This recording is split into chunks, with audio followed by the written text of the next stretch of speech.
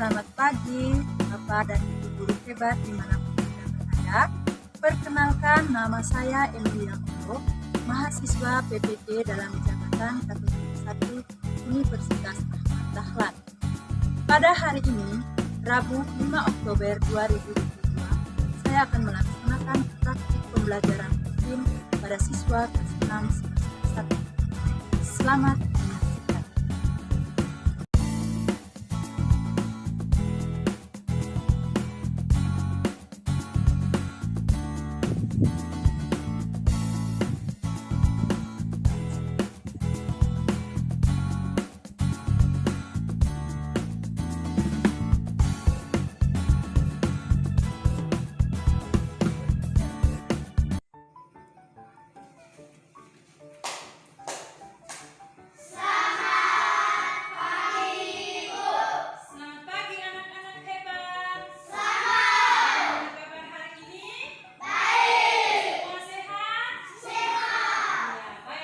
Sebelum kita memulai pelajaran kita hari ini, sebagai insan beriman, biasanya kita awali dengan berdoa. Silakan Adi memimpin kita dalam doa.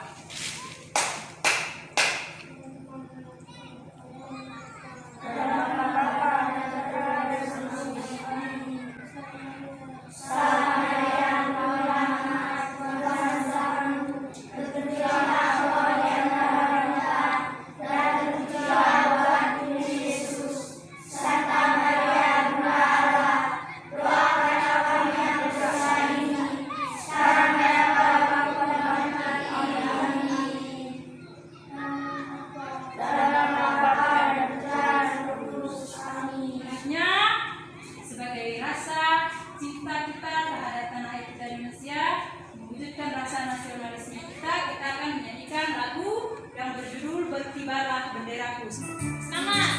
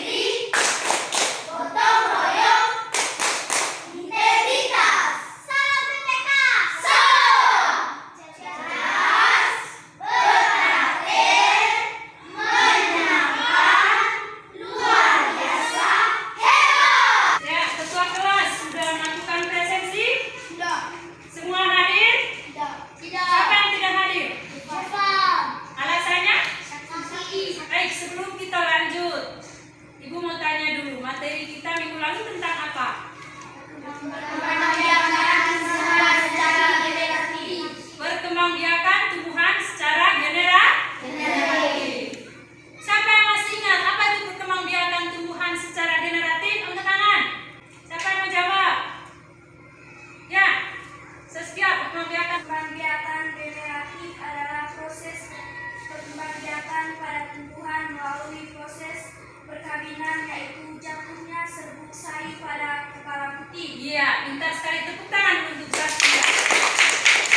Baik, hari ini kita akan belajar materi perkembangbiakan vegetatif pada tumbuhan. Adapun tujuan pembelajaran kita hari ini, yang pertama, setelah kalian nanti mengamati gambar video pembelajaran dan menonton video pembelajaran, lalu menentukan perkembangbiakan dari alat peraga yang kita bawa, kalian dapat menemukan cara perkembangbiakan vegetatif pada tumbuhan dan manfaatnya dengan benar. Tujuan pembelajaran yang ketiga, setelah berdiskusi, siswa mampu mengemukakan cara perkembangbiakan vegetatif pada tumbuhan menggunakan tabel yang akan disediakan pada LKPD nanti. Setelah membaca teks tentang tumbuhan sumber kehidupan, siswa dapat menemukan ide pokok dengan bantuan diagram. Kegiatan kita hari ini, kalian akan dibentuk dalam kelompok, seperti kelompok pada pertemuan sebelumnya. Kalian sudah duduk dalam kelompok, toh? Sudah? Ibu mengajak kalian untuk memperhatikan gambar berikut. Ya. Gambar pertama itu gambar apa? Gambar pisang. Gambar yang kedua? Gambar apa itu?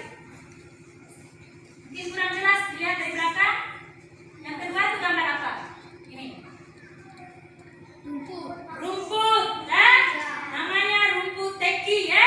Yang berikut, gambar apa yang ketiga itu? Gambar yang keempat, gambar apa? Jahe atau halia. Nah, sekarang karena kalian sudah tahu jenis tanaman itu tanaman apa, siapa yang tahu gambar pisang yang pertama itu kira-kira dia berkembang biak dengan cara apa? Cara tunas. Kenapa dia berkembang biak dengan cara tunas? Kenapa sampai kalian bisa mengatakan bahwa pisang itu dia berkembang biak dengan cara tunas? Ada yang tahu? Nah, baik. Anak-anak, ada yang bawa anakan pisang kecil mungkin ada? Ada. Nah, kemarin ibu sudah sampaikan bahwa ya, Abi dengan guys maju.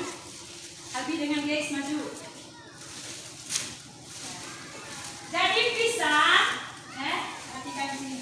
Ini pisang, dia biasanya tumbuh secara berumpun, Ketika salah satu batang pisang ini ditebang, dia tidak mengakibatkan batang pisang yang lainnya mati. Betul tidak? Betul tidak?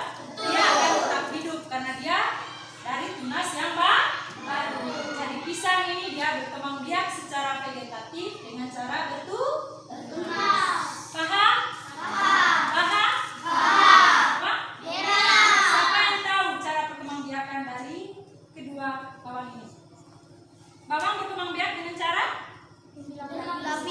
Edwin buat? Umbi lapis.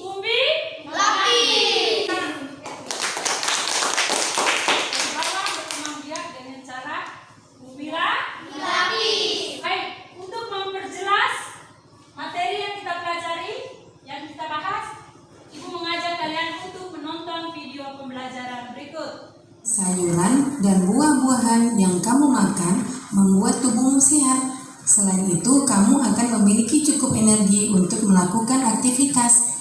Akan tetapi, makanan yang kamu makan saja tidak cukup. Kamu perlu berolahraga untuk membuat badanmu sehat dan kuat. Tumbuhan, selain berkembang biak dengan cara generatif, juga berkembang biak dengan cara vegetatif. Bagaimana berkembang biakan vegetatif pada tumbuhan? Ayo kita cari tahu. Nanas berkembang biak dengan cara vegetatif. Pembibitan tunas dapat dilakukan untuk mengembangbiakannya. Bawang merah memiliki bentuk berlapis yang di tengahnya akan tumbuh tunas. Umbi lapis terdiri atas daun yang tumbuh melapisi batang dan membengkok di dalam tanah. Pohon pisang berkembang biak dengan cara membentuk anak pisangan pohon yang disebut dengan tunas. Tahukah kamu apa yang dimaksud dengan perkembangbiakan secara vegetatif? Perkembangbiakan secara vegetatif adalah cara berkembangbiak suatu makhluk hidup yang terjadi tanpa melalui perkawinan. Makhluk hidup baru tumbuhan berasal dari tubuh induknya tersebut. Itulah yang dimaksud dengan perkembangbiakan secara vegetatif. Beberapa tumbuhan ada yang berkembang biak secara vegetatif. Perkembangbiakan secara vegetatif terjadi tanpa adanya peleburan antara sel kelamin jantan dan sel kelamin betina. Perkembangbiakan secara vegetatif bertujuan untuk menghasilkan tumbuhan baru atau tumbuhan dengan sifat baru. Perkembangbiakan vegetatif dapat terjadi secara alami maupun secara buatan. Nah, sekarang Ibu akan memberikan contoh perkembangbiakan secara vegetatif alami. Yang pertama adalah tunas. Tunas atau bertunas menurut Wikipedia artinya membentuk Reproduksi aseksual di mana organisme baru tumbuh pada satu sama lain. Organisme baru tetap melekat seiring dengan pertumbuhan, memisahkan dari organisme induk hanya ketika matang. Contohnya adalah tebu, pisang, dan bambu. Itulah contoh perkembangbiakan dengan tunas. Umbi lapis adalah pelepah daun tipis yang berlapis-lapis. Pada bagian atas umbi akan tumbuh daun dan bagian bawah tumbuh akar serabut membentuk cakram. Contoh tumbuhan yang berkembang biak dengan cara umbi lapis adalah bawang merah, bawang putih, bunga tulip, dan bunga bakung. Selanjutnya adalah umbi batang. Umbi batang menurut Wikipedia adalah umbi yang terbentuk dari batang atau struktur modifikasi batang.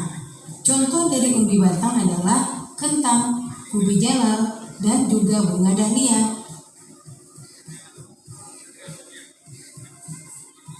Umbi akar adalah akar yang membentuk cadangan makanan dan berbentuk menggembung. Contoh dari umbi akar adalah wortel, singkong, dan lobak. Itulah beberapa contoh tumbuhan yang berkembang biak dengan umbi akar. Yang kelima adalah geragi. Geragi atau stolon adalah modifikasi batang yang tumbuh menyamping dan di ruas-ruasnya tumbuh bakal tanaman baru. Geragi adalah cabang batang yang memiliki perubahan bentuk dan penambahan fungsi. Geragi biasanya berbuku-buku dan berruas-ruas. Beberapa contoh geragi adalah rumput teki dan stroberi. Selanjutnya adalah rizoma atau akar tinggal.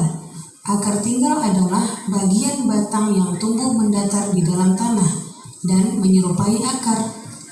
Akar tinggal atau rizoma adalah bagian batang yang tumbuh mendatar di dalam tanah dan menyerupai akar. Batang-batang berruas-ruas dan di setiap ruas dapat tumbuh tunas. Jika kita memotongnya dengan menyertakan ruasnya, kemudian kita tanam, potongan batang tersebut menjadi individu baru. Di ruas akan tumbuh tunas dan semakin lama semakin membesar. Sudah? Sampai di sini paham? Paham? Baik.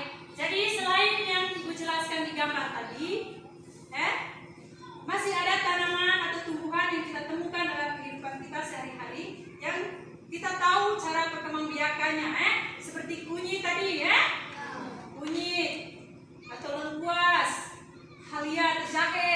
Itu kalian harus bisa tahu bagaimana cara perkembangbiakannya dari penjelasan tadi. Sampai di sini paham? Masih semangat? Masih. Semangat. Tepuk semangat 1. Ayo. Bersemangat. Oke, yes. Sekarang kita masuk pada pembelajaran bahasa Indonesia. Menemukan ide pokok, bagaimana menemukan ide pokok dalam teks bacaan atau teks hasil laporan pengamatan. Teks laporan hasil pengamatan atau observasi adalah teks yang berisi penjabaran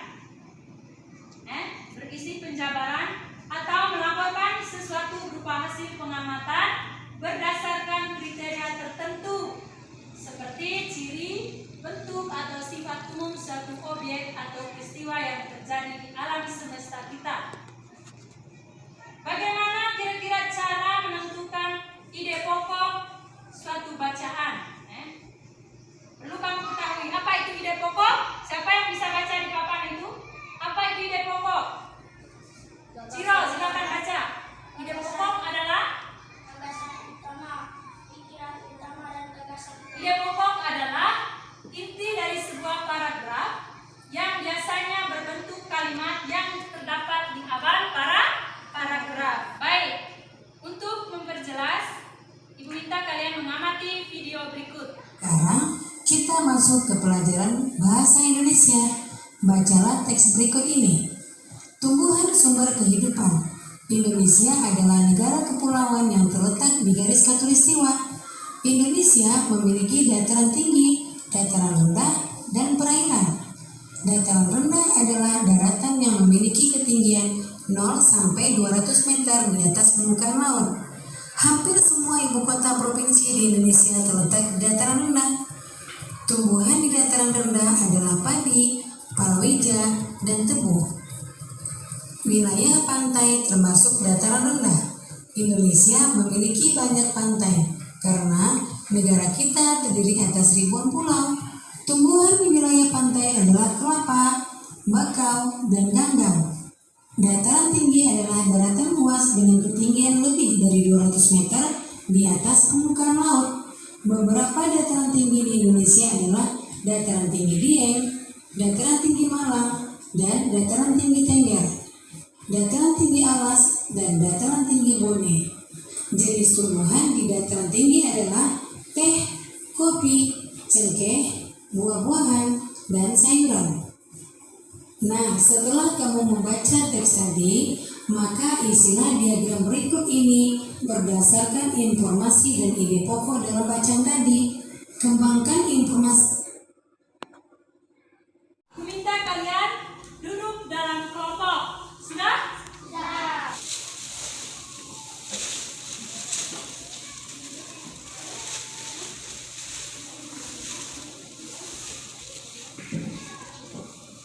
Jangan lupa tulis nama kelompoknya, lalu dengan anggota kelompoknya. Ke B, amatilah jenis tanaman yang kalian siapkan. Dan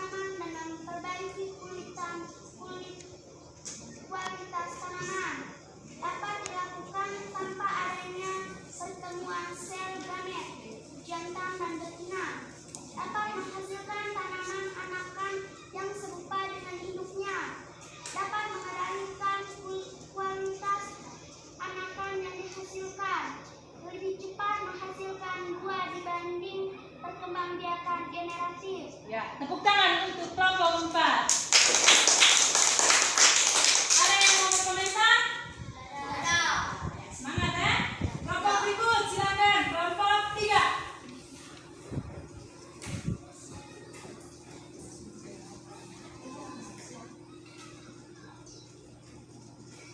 Selamat pagi teman-teman. Saya akan membacakan hasil diskusi kelompok 3. 1. Indonesia adalah negara kepulauan. Paragraf 2. Dataran rendah adalah dataran yang memiliki ketinggian 0 kurang 200 0 sampai 200 meter di atas permukaan laut. Paragraf 3. Wilayah pantai termasuk dataran rendah. Paragraf 4. Dataran tinggi adalah dataran luas dengan ketinggian tangan untuk kelompok 3. Dari hasil kegiatan pengamatan kalian, diskusi dalam kelompok, kalian sudah mengerjakannya dengan sangat baik. Semua kalian aktif. Baik. Sebelum kita mengakhiri semua kegiatan kita, Ibu mau tanya dulu. Siapa yang bisa membuat kesimpulan dari materi yang kita pelajari hari ini? Ayo, silakan. Perkembangbiakan vegetatif alami adalah perkembangbiakan secara tidak kabin pada tumbuhan yang terjadi dengan sendirinya. Ya, tepuk tangan untuk Nano. Ada lagi? Ya, Gary, silakan. Ide pokok adalah inti dari sebuah paragraf yang biasanya berbentuk kalimat yang terdapat di awal paragraf. Nama lain ide pokok, gagasan utama, pikiran utama, dan gagasan pokok. Ya. Jadi, untuk menentukan sebuah ide pokok, perhatikan baik-baik, baca dulu teks paragrafnya. Nah, biasanya ide pokok itu terdapat pada awal paragraf, pada kalimat utama dalam sebuah bacaan. Baik, sampai di sini sudah paham? Semua sudah paham materi yang Ibu jelaskan? Ada yang belum jelas? Jelas semua? Baik, untuk mengetahui betul tidak kamu sudah paham, Ibu akan memberikan beberapa soal. Soalnya tidak banyak, Ibu beri waktu berapa menit untuk mengerjakan soal berikut. Ambil berpoin dengan bukunya. Langsung diringkas deh. Sekarang dikerjakan.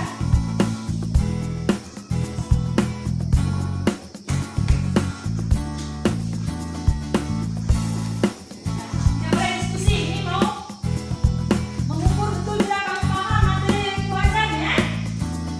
Silakan.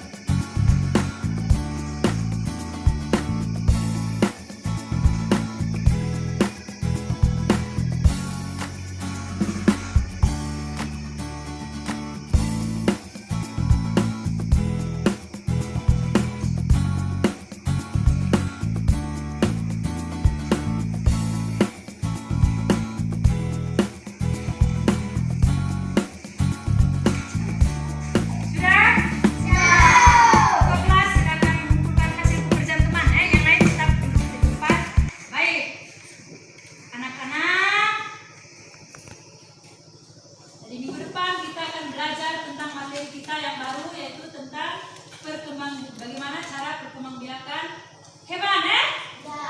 Perkembangbiakan apa? Hewan. Jadi Ibu minta pelajari di buku paket, ya? Di buku paket halaman 78, di situ ada materi tentang perkembangbiakan hewan, ya? Pelajari itu di rumah supaya minggu depan masih ada gambaran ketika Ibu tanya sudah bisa menjawab, ya? Bisa ini? Bisa. Bisa? Bisa. Ya. Sebelum kita mengakhiri kegiatan kita hari ini, kalian menyanyi tidak? Mau.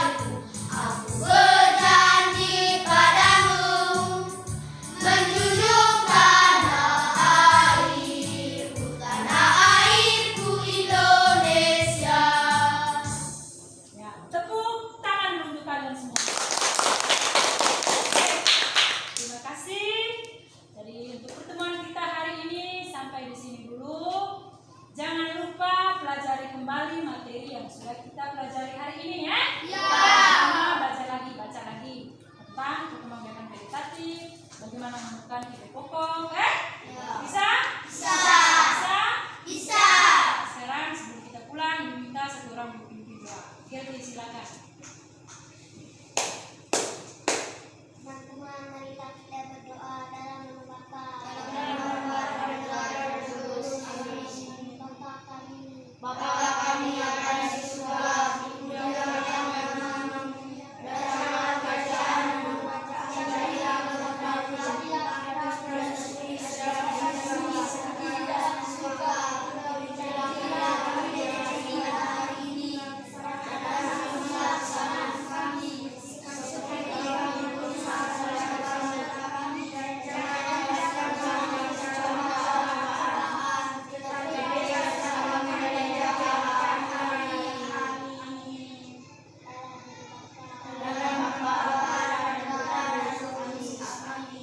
Selamat siang, silakan istirahat.